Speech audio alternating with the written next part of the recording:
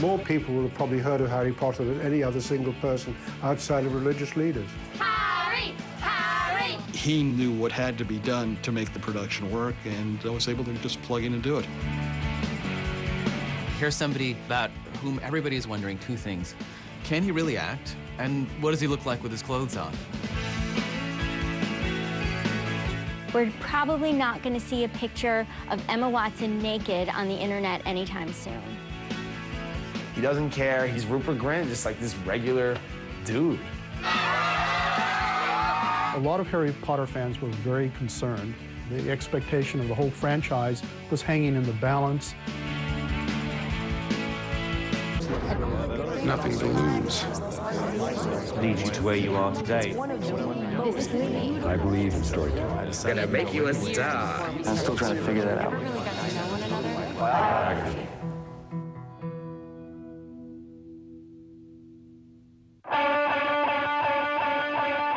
He is one of the most celebrated literary characters in history, Harry Potter, the boy from an alternate universe who turned millions of readers into obsessed fans.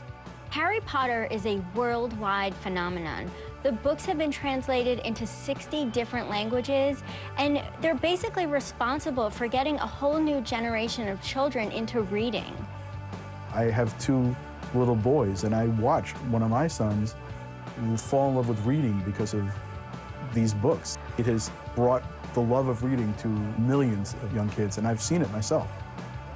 Few creations have inspired more devotion than Harry Potter's magical world of muggles, Hogwarts, and wizards. So when Hollywood agreed to turn these 7 novels into celluloid magic, the hopes of millions rested on the shoulders of the little boy chosen to wear Harry's glasses. If you get Harry Potter wrong, then the franchise dies on its feet. I think the love for the Harry Potter books was so profound and so obsessive that it made the responsibility to make the movies right even more demanding.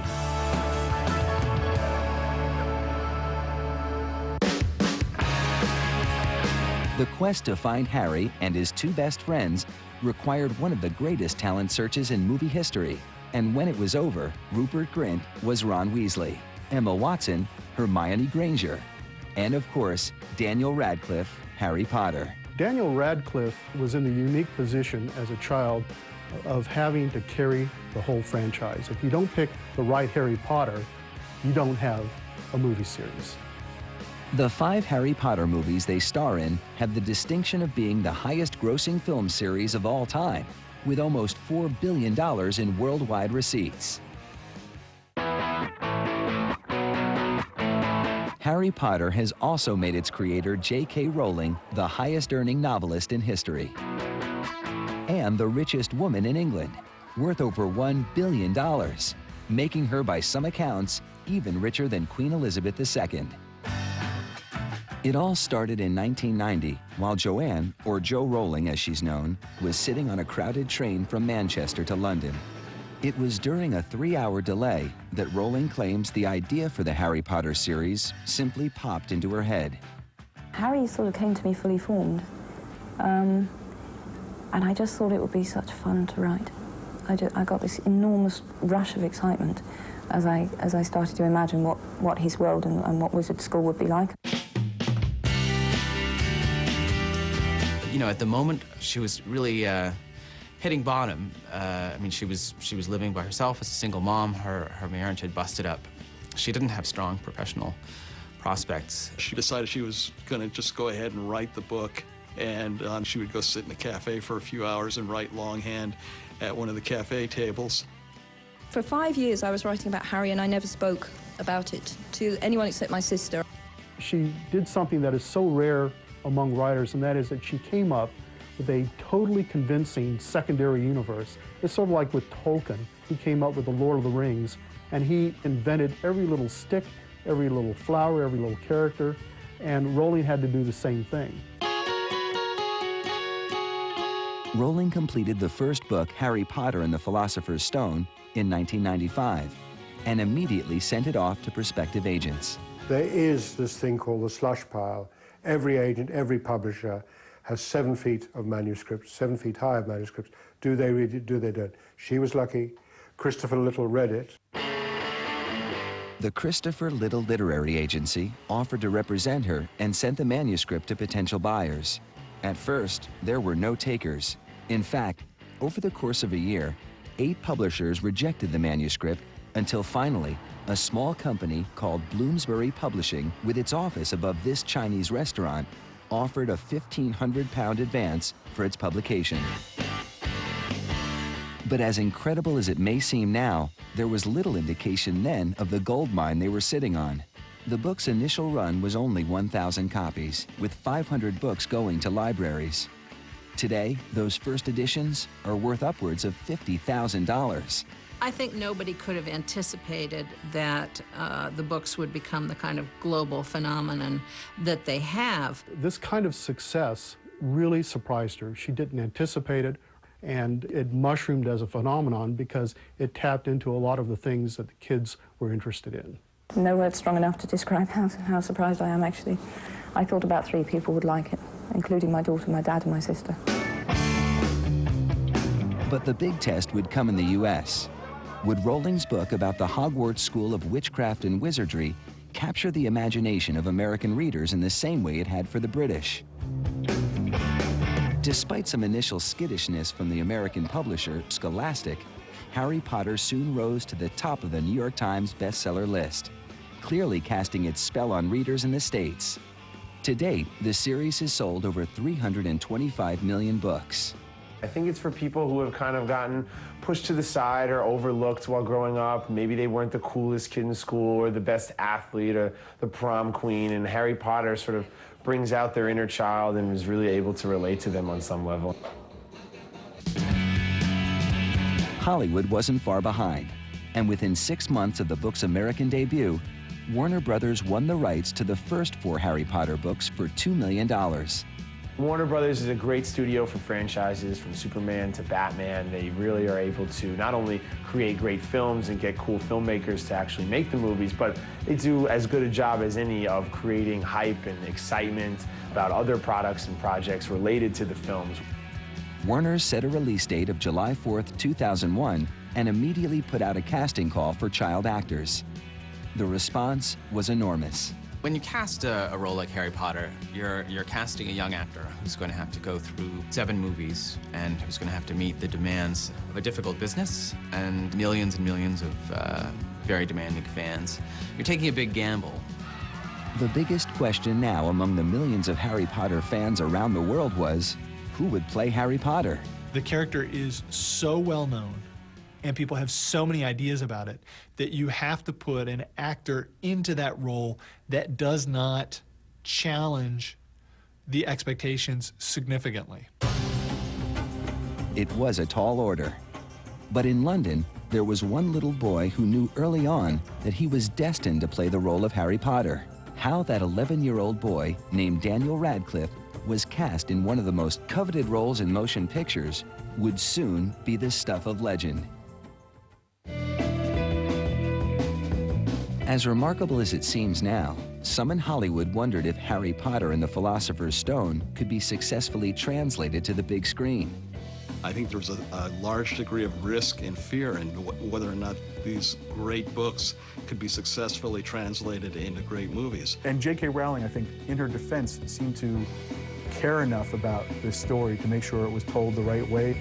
Film history is littered with great books that were destroyed by the movies, or movies that were destroyed by being based on great books. One thing was for certain. The movie's success or failure was going to hinge on the talent of the actor chosen to play Harry Potter. Steven Spielberg was lined up to direct and wanted Harry Potter to be an animated feature with the Oscar-nominated American actor Haley Joel Osment providing Harry's voice. But Spielberg ultimately walked away from the project after Rowling nixed the idea and demanded that the principal cast be kept strictly British. A Spielberg film would have been so nauseatingly sugary that it might well have killed Harry Potter dead first time round. What was so good, I think Rowling did have a very, very strong input, because it's many things, but it's not cute. I think it was absolutely crucial that Harry Potter be a British child. I think J.K. Rowling was absolutely right about that. I think it would have been tremendously distracting if we'd been watching an American kid play Harry Potter and constantly monitoring whether he was maintaining his British accent. With Spielberg out of the picture, Rowling was said to be partial to Terry Gilliam, whose wild cinematic imagination was displayed in such films as The Adventures of Baron Munchausen and Brazil.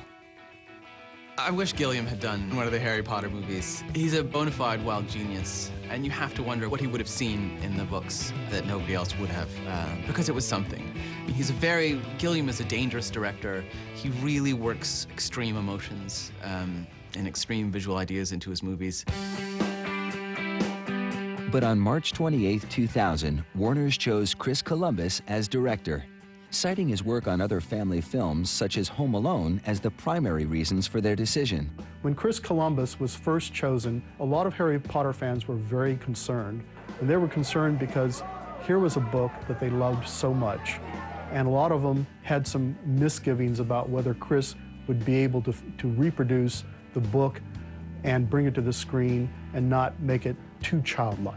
So Chris was under a lot of pressure on that first film. The expectation of the whole franchise was hanging in the balance. The casting process for the first Harry Potter movie was enormous.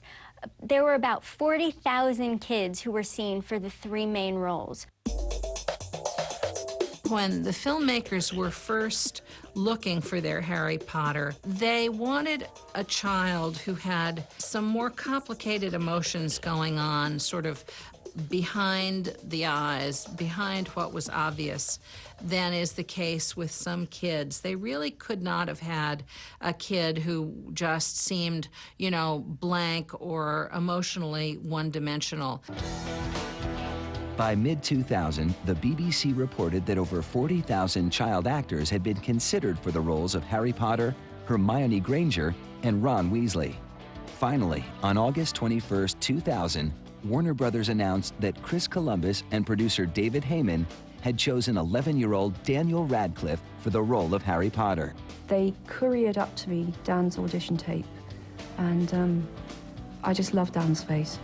I really love Dan's face. He's such an endearing face. It was a very hard part to cast, as I'm sure people will remember, because it was in the press a lot. They just couldn't find Harry. It was turning into some sort of children's version of trying to find Scarlett O'Hara. She actually had a mental image of what Harry Potter was like. And in fact, Jo Rowling's a pretty good artist, so she had a visual sense as well. And she had in mind a young boy who would look as if he's just a little different from everyone else. And she wanted to pick someone that people could relate to and pick an actor who could be in the role and be comfortable with the fact that he would have to literally grow up over a period of 10 years and do it on film as well. A bright kid, a natural actor, looks scarily like Harry Potter. And obviously that's the reason he was chosen. But as I've seen him grow through the movies, it's obviously the kid can act. Radcliffe's only other professional appearance was in the BBC TV adaptation of Dickens' classic novel, David Copperfield. Daniel Radcliffe is totally from the industry. His mum's a casting director, his father is an agent for writers. So he really grew up, you know, in London, in a very kind of, you know, slightly cosmopolitan middle-class family, totally immersed in culture, you know, reading books, going to the theatre, totally immersed in the world of theatre and film. So a kind of I would say a very sophisticated young man. It was also announced that 11-year-old Rupert Grint would be playing the role of Ron Weasley, and 11-year-old Emma Watson would be cast as Hermione Granger. Neither had any professional credits, both having acted only in school plays. But in reality, the biggest gamble was in casting Daniel Radcliffe as Harry Potter. This is clearly somebody who's going to grow up with the role, and many, many things could go wrong. He could turn out to, you know, to be personally unstable. He could turn out to have no talent. He could go through puberty and suddenly become very weird looking. For Daniel Radcliffe, an adolescence dominated by Harry Potter would prove to be either a huge misstep or the lucky break of a lifetime. The movie-making machine at Warner Brothers was quickly getting ready to produce the much-anticipated film adaptation of one of the most popular novels in history, and Hollywood was abuzz about the boy who would be Harry Potter, a relative unknown named Daniel Radcliffe.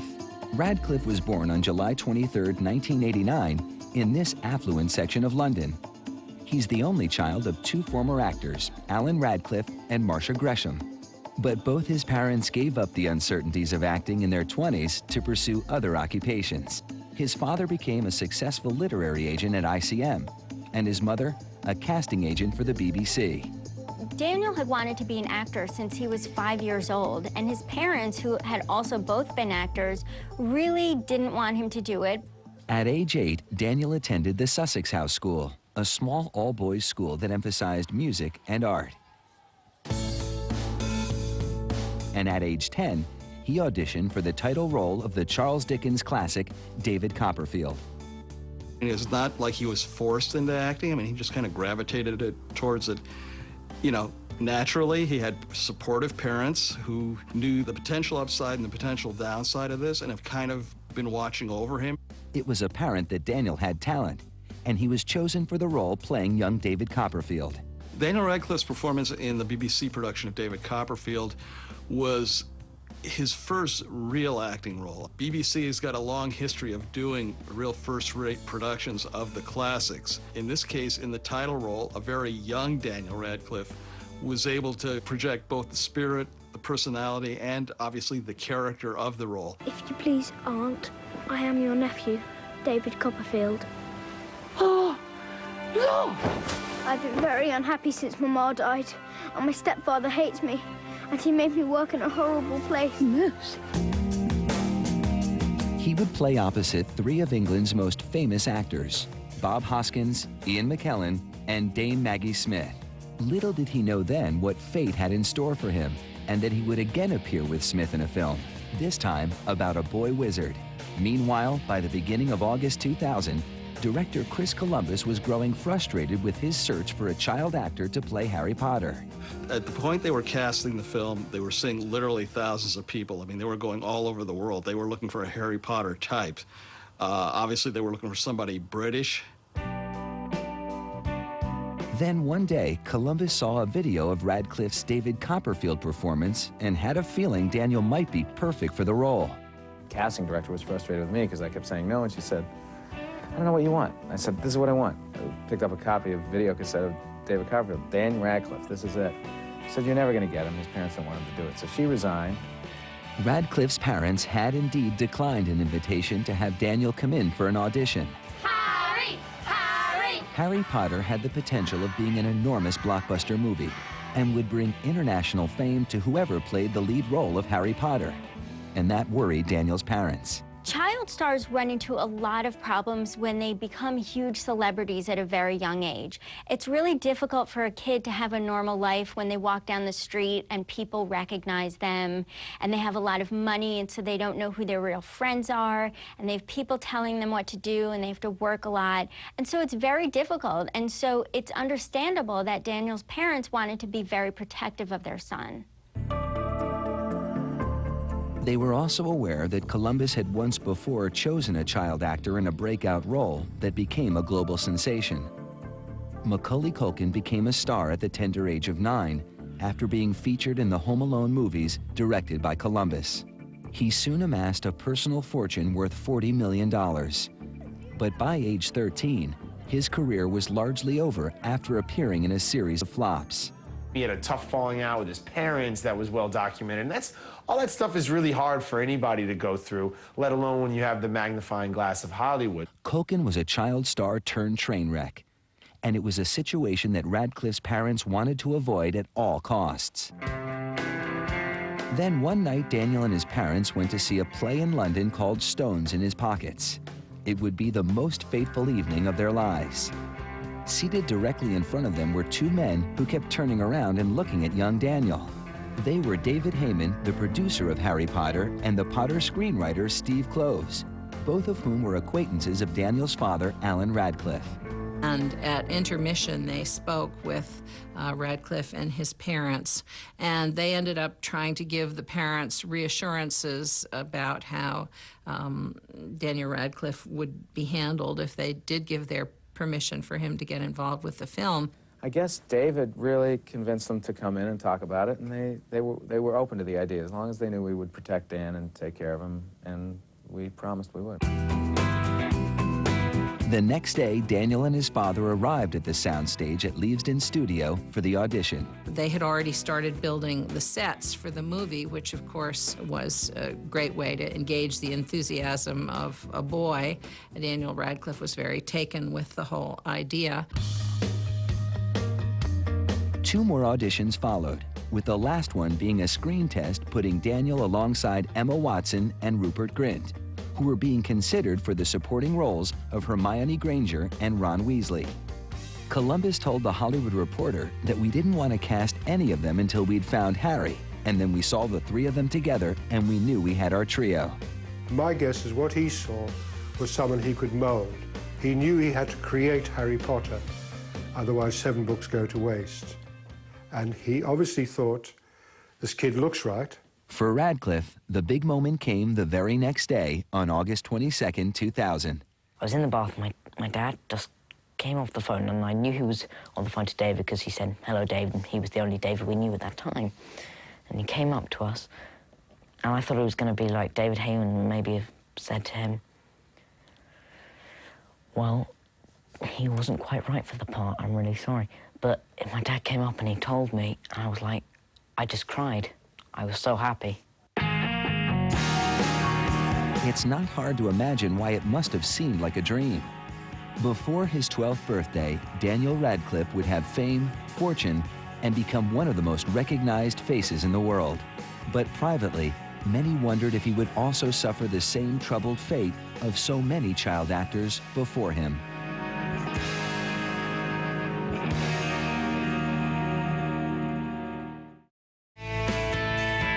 11-year-old Daniel Radcliffe was about to embark on an adventure that fans of the Harry Potter books could only dream about.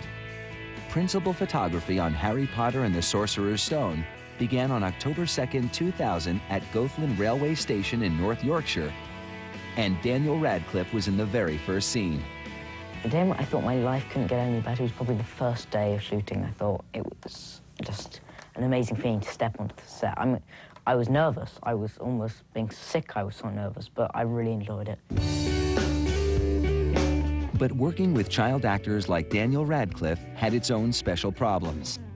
20 additional shooting days had to be built into the schedule, largely because of Britain's strict child labor laws that limit child actors to just 4 hours of work per day. I had such a great teacher on the set. She was just amazing. And I've actually done much better on the set with my exam results than I did at school.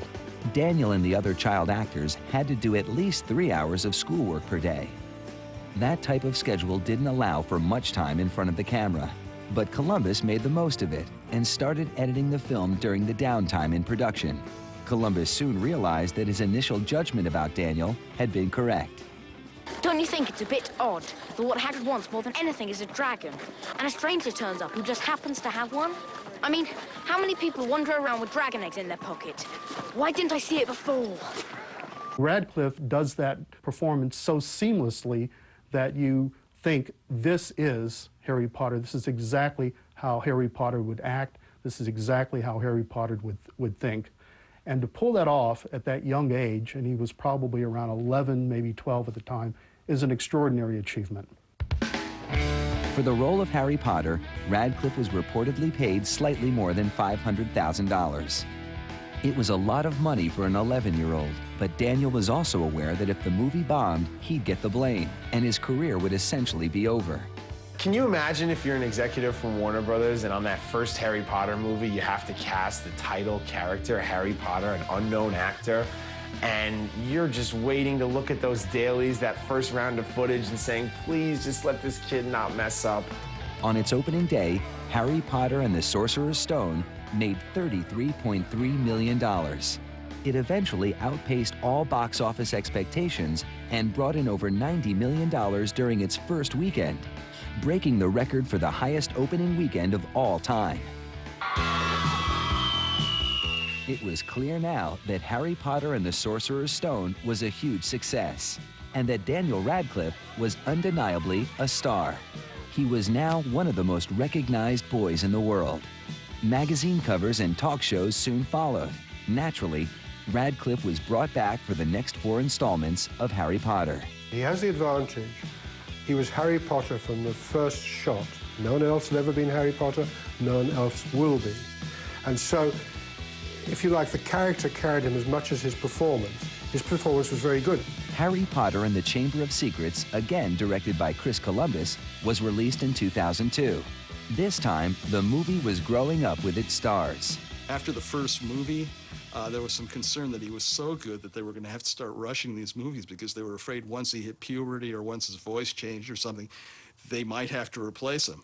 And they didn't want to do it because he was just so good.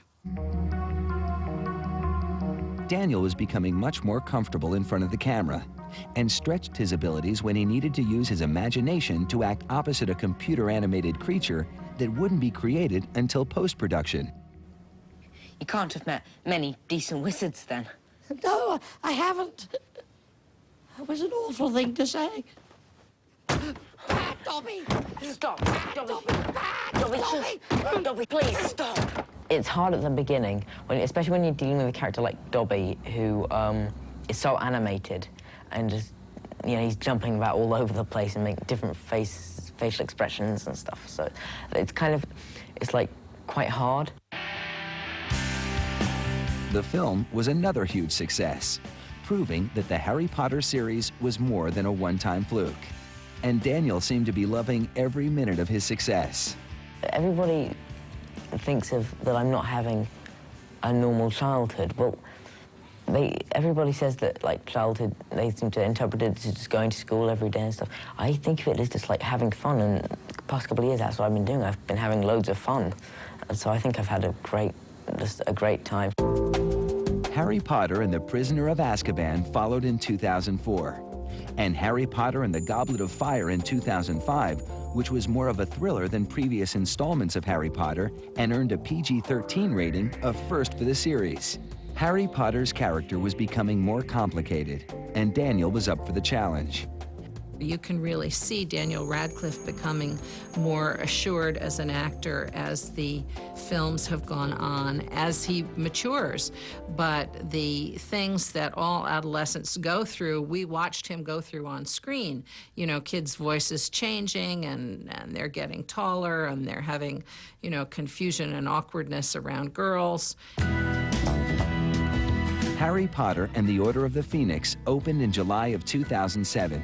And tracks Harry's 5th year at Hogwarts as he attempts to warn everyone of Voldemort's return. By the third film, things were starting to get pretty dark, and there was obviously some concern how he would handle the sudden shifts, the changes.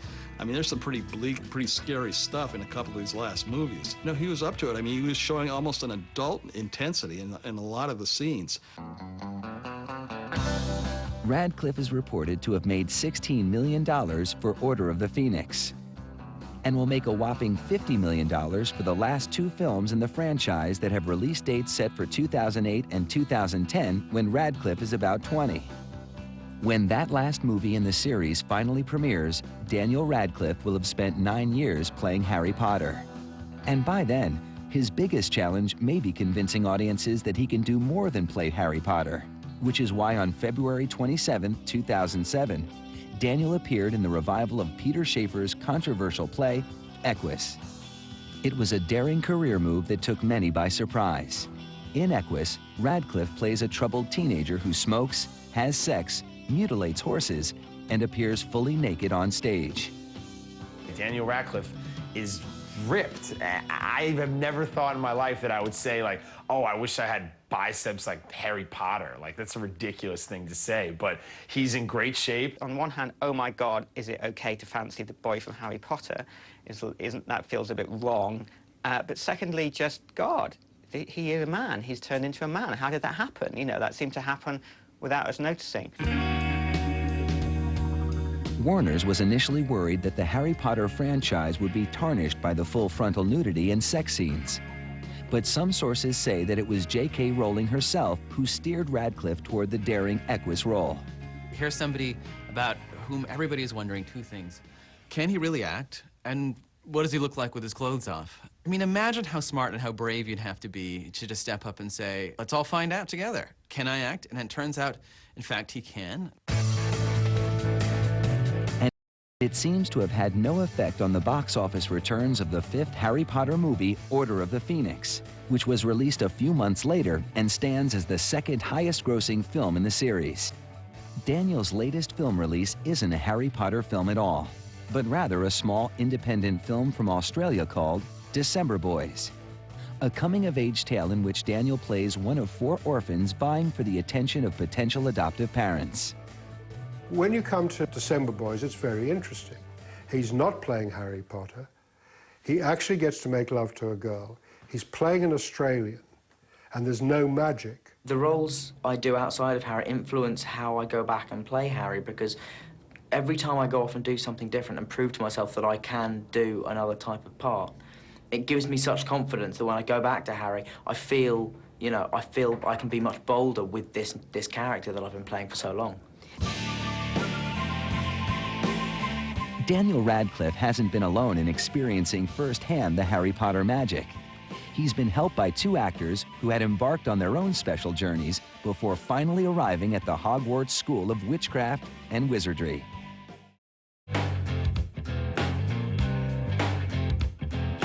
After 5 films, Emma Watson so embodies the character of Hermione Granger that it's almost impossible now to think of anyone else in that role. Emma Watson's the perfect Hermione Granger because she has spunk. In her real life, she's a very upbeat, challenging type of girl, and it's almost a hand-to-glove fit for the type of character Hermione has to be in these films. She was right for the role. I mean, if you think back to when the first Harry Potter was, whoever would have got it would have been right in the sense they were going to be Hermione. Emma Charlotte Dury Watson was born on April 15, 1990, in Paris. Her parents are Jacqueline and Chris Watson, English lawyers who are now divorced. She lived in Paris until the age of 5 when she moved with her mother and brother to Oxford, England, following her parents' divorce. At Oxford, she attended the Dragon School, where her teachers were so impressed with her acting in several performances that her name was passed to casting agents for the role of Hermione Granger. My school put me forward for the audition. I think there were about 16 of us all together auditioning, girls and boys, ages from 10 to 12. They had gotten, of course, thousands and thousands of videotapes. And she, unlike Daniel, had no prior acting experience. So for her, this was completely new. She eventually outperformed thousands of other girls who had applied for the role. And after 8 auditions, producer David Heyman told Watson that she had been cast for the role of Hermione Granger. When Harry Potter and the Sorcerer's Stone was released, Watson was still just 11 years old. I think that Emma Watson was totally believable as a certain kind of little girl. J.K. Rowling has said that Hermione was much like herself at the same age, kind of a bossy, precociously smart little, know-it-all who, was the kind of prototypical girl, perfectionist, A student. I mean, she's a pretty little girl, but she's not someone who's such a raving beauty that that's all you can think of. You really believed in her as a nerd, which is what she has to be fundamentally to play Hermione. But like a flower blooming before our very eyes, Emma Watson, the cute 11-year-old bookworm, was suddenly a star in one of the most successful motion pictures of all time. Emma Watson, from the start, appeared like the one who was most likely to make it. She did seem like a professional on screen. She seemed to know what she was doing. She seemed to know where the camera was. She seemed to pick her angles in a way that the others weren't quite ready to do. 3 months after the premiere of Sorcerer's Stone, filming began on the second Harry Potter movie, The Chamber of Secrets.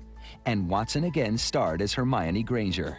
At 12 years of age, Emma Watson had 2 hugely successful movies under her belt and was becoming a critical sensation and a seasoned veteran.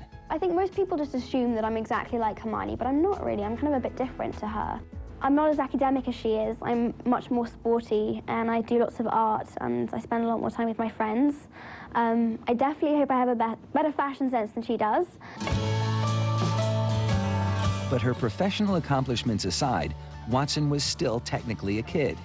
She lost several baby teeth during the production of the first 2 films and had to wear dentures to avoid continuity issues. Next came The Prisoner of Azkaban in 2004 and the chance for Emma to act in several dramatic scenes. I trusted you, and all this time, you've been his friend. He's a werewolf. That's why he's been missing classes. How long have you known? Since Professor Snape said the essay. Goblet of Fire followed in 2005, the same year that Emma Watson became the youngest person to appear on the cover of Teen Vogue magazine at age 15. Emma Watson's image over the years has really changed. She started out as this little girl and everyone thought she was very cute, and we've seen her mature into this young woman who's become a bit of a fashion icon. In 2007, she acted in Order of the Phoenix and was voted 98th in the FHM 100 Sexiest Women in the World list of 2007. With that came confirmation, if any was needed, that Emma Watson was now a teen idol. When she was doing publicity for the latest Harry Potter movie, you saw this shift, and she was wearing a lot of Chanel, and she was dressing a little more sophisticated. She looked a little more adult. She's turned into a very pretty and fashionable young woman, and someone who a lot of young girls look at as a role model. Over the years, the stars of Harry Potter became fast friends. But that friendship was tested when the 7th and final Harry Potter book was published, and Watson learned that she would have to kiss her co-star Rupert Grint in the final Harry Potter movie. That will be a key test. We met these kids as kids, and they're gonna have to become sexual beings for us. They're gonna have to find that erotic spark, and have it not be creepy. And it's hard not to think of them in a kind of brotherly, sisterly way. And they've got to beat that on screen. Shooting of the next installment is slated for sometime in 2008. Amazingly, Watson appears to have had a relatively normal childhood. She's gotten straight A's in her academics and is the only one of the Potter trio with plans to go to college. If you compare Emma Watson to a lot of the teen stars in Hollywood, she's really an angel. She really has a pretty clean image. We're probably not going to see a picture of Emma Watson naked on the internet anytime soon. Like Daniel, she'll be appearing in the final 2 Harry Potter movies, earning a reported $10 million. For Harry Potter fans, it seems like a small price to pay to keep her at Hogwarts just a little while longer. But the Harry Potter magic wouldn't be complete without including Harry's best friend, the little red-haired boy wizard from Gryffindor. Rupert Grint, the boy who would be Ron Weasley on the Harry Potter series, was born in Watnet Stone, Hertfordshire, England on August 24, 1988, and is, in fact, the oldest of the Harry Potter trio. In real life, he's also the oldest of 5 siblings. Like Radcliffe and Watson, Grint had wanted to be an actor since he was very young, appearing in plays for school and with his local theater group, Top Hat Stage School. He'd been a fan of the Harry Potter book series from its very start and was intent on getting a role in the new film. When I was reading the books, I always felt like I relate to Ron because both got red hair, both scared of spiders, both like sweets, and we both got a lot of brothers and sisters. I've got 1 brother and 3 sisters, so I was kind of like Ron. Thousands of child actors tried out for the role of Ron Weasley, but Rupert decided to take a chance despite having no professional acting experience. I really, really, really wanted to be in this film, so I made this videotape. First, I dressed up as my drama teacher, who was a girl, and that was scary. And then I made this rap song of how much I wanted to be in the film.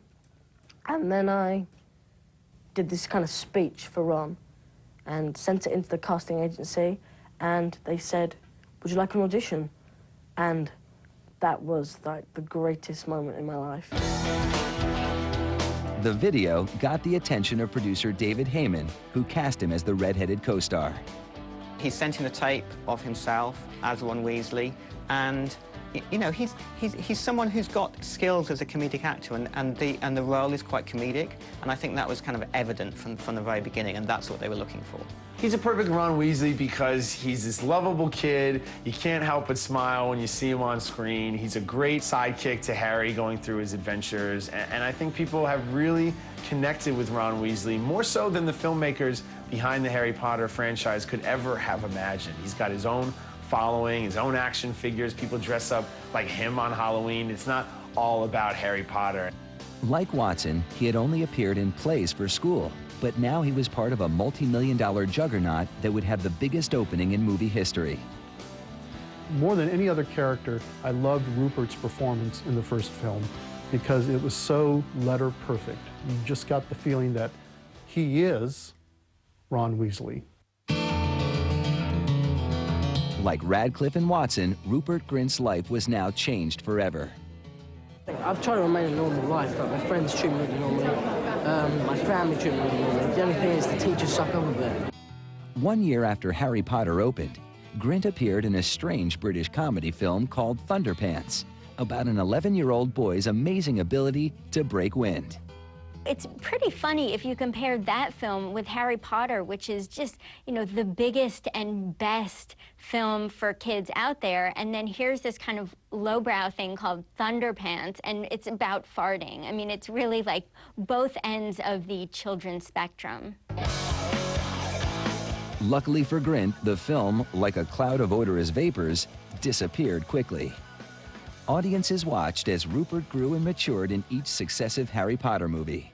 At least I warned you about the dragons. Hagrid warned me about the dragons. No, I did. No, don't you remember? I told Hermione to tell you that Seamus told me that Bavati told Dean that Hagrid was looking for you.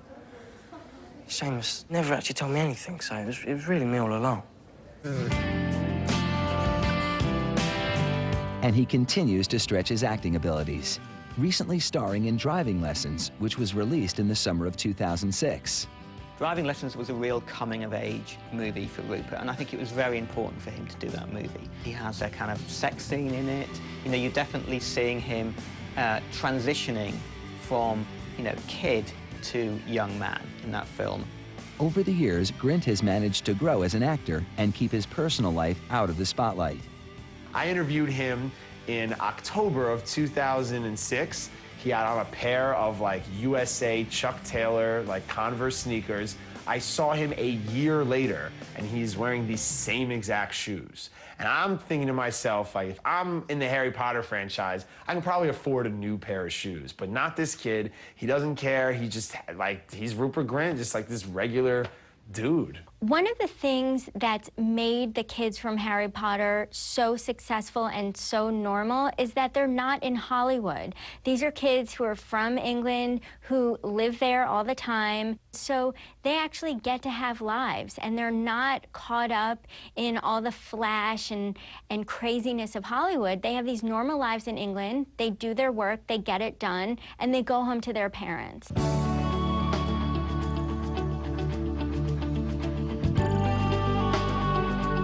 The future looks bright for Daniel Radcliffe, Emma Watson, and Rupert Grint. On July 9, 2007, they received the ultimate Hollywood honor when they were asked to leave imprints of their hands, feet, and wands in the concrete at Grauman's Chinese Theater. It's a sign that these three have staying power and that the popularity of their characters will linger long after the final Harry Potter movie is released. I still have no idea what happens. But I mean, I know that also I will be, I've got a long way to go before the journey's over. I've got 2 more films after this one comes out to make, so I've got a little way to go before I have to say goodbye just yet.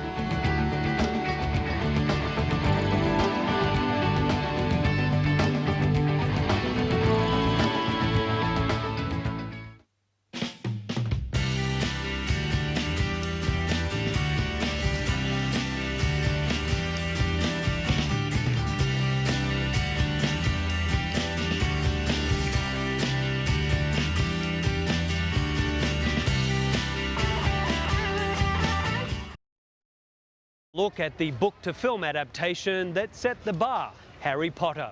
The 6th installment of the series, Harry Potter and the Half-Blood Prince, was due to open in cinemas last month, but has been pushed back to July next year. So until then, we'll leave you with a sneak peek. From the world premiere of Twilight in Hollywood, I'm Andrew Warren for Showtime Movie News. I'll see you next time.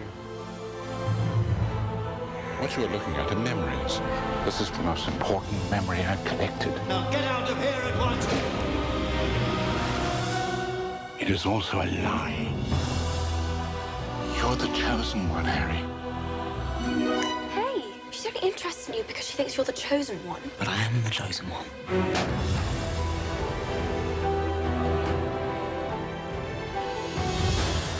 Without this memory, we leave the fate of our world to chance. You must not fail. You need us, Harry. Fight back, you coward!